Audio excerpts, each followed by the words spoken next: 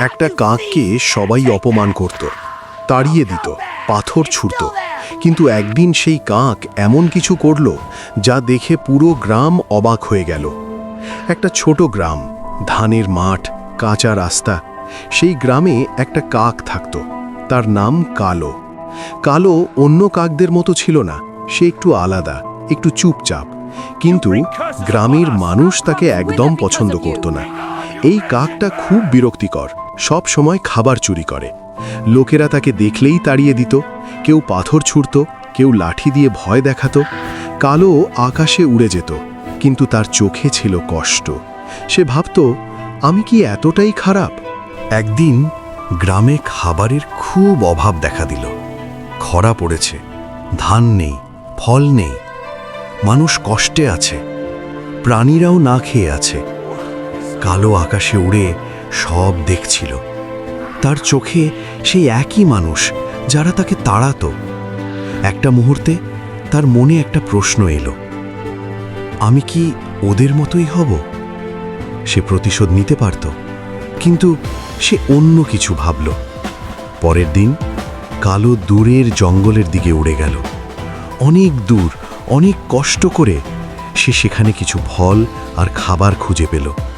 সে একটা ফল তুলে নিল, তারপর আরেকটা। ছোট ছোট করে সে খাবার নিয়ে গ্রামের দিকে ফিরতে লাগল। গ্রামের মানুষ অবাক, এই কাকটা খাবার আনছে।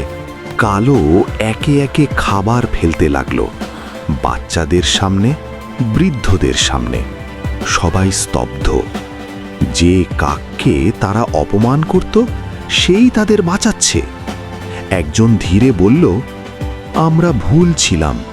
আরেকজন বলল, যাকে আমরা তাড়িয়েছি সেই আজ আমাদের সাহায্য করছে। দিনের পর দিন কালো খাবার আনতে লাগলো। তার ছোট ডানা ক্লান্ত, তার শরীর দুর্বল, কিন্তু সে থামল না। একদিন সে খুব ক্লান্ত হয়ে একটা গাছের ডালে বসে পড়ল। তার নিঃশ্বাস ভারী। গ্রামের একটা ছোট ছেলে তাকে দেখে দৌড়ে এলো। মা, কাকটা পড়ে যাবে। সবাই ছুটে এলো। যে মানুষগুলো তাকে তাড়াতো আজ তার জন্য জল নিয়ে এলো।